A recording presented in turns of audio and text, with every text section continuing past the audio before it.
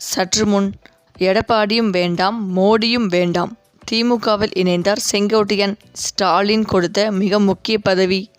அதாவது மத்திய உள்துறை அமைச்சர் அமித்ஷா சென்னையில் அதிமுக பாஜக கூட்டணியை உறுதி செய்தபோது எடப்பாடி பழனிசாமி தான் முதல்வர் வேட்பாளர் என்றும் அதிமுக தலைமையில்தான் ஆட்சி அமையும் என்றும் தெரிவித்திருந்தார்.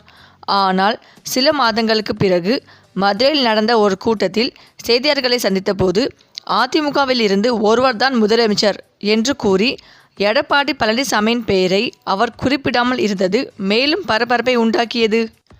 இந்த சூழலில் தற்போது அதிமுக கூட்டணியில் இருந்து பாஜகவை வெளியேற்ற எடப்பாடி பழனிசாமி திட்டமிட்டு வருவதாகவும், பாஜக வெளியேறினால்தான் மற்ற கட்சிகள் கூட்டணிக்குள் வரும் என்ற கணக்கை அவர் போட தொடங்கிவிட்டதாகவும் கூறப்படுகிறது. ஆனால் இதற்கு மாறாக அமித்ஷா வேறு ஒரு கணக்கை போட்டிருப்பதாகவும் தகவல் வெளியாகியுள்ளது. அதாவது அமித்ஷாவின் கணக்கு என்னவென்றால், அதிமுக கூட்டில் இருந்து பாஜக விலகிக் கொள்ள தயார் என்றும், எங்களுக்குள் திமுக தோல்வியடைய வேண்டும் என்பதுதான் முதல் குறிக்கோள் என்றும் பாஜக தரப்பில் கூறப்படுகிறது. ஆனால் அதே நேரத்தில் தமிழகத்தில் 8 தொகுதிகளில் பாஜக தனித்து நிற்கும் என்றும், அந்த தொகுதிகளில் அதிமுக கூட்டணி மறைமுகமாக தங்களுக்கு ஆதரவளிக்க வேண்டும் என்றும் ரகசிய திட்டம் தீட்டப்பட்டிருப்பதாகவும் கூறப்படுகிறது.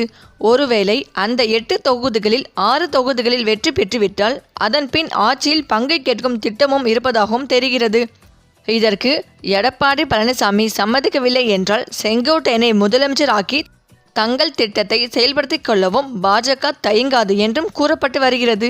மொத்தத்தில் பாஜக தனது கட்சியை மட்டும் நிர்வாகம் செய்யாமல் அதிமுகவையும் சேர்த்து நிர்வாகம் செய்து வருகிறது என்றும், அதிமுகவின் குடுமி டெல்லியில் கையில்தான் இருக்கிறது என்றும் அரசியல் விமர்சகர்கள் கருத்து தெரிவித்து வருகின்றனர்.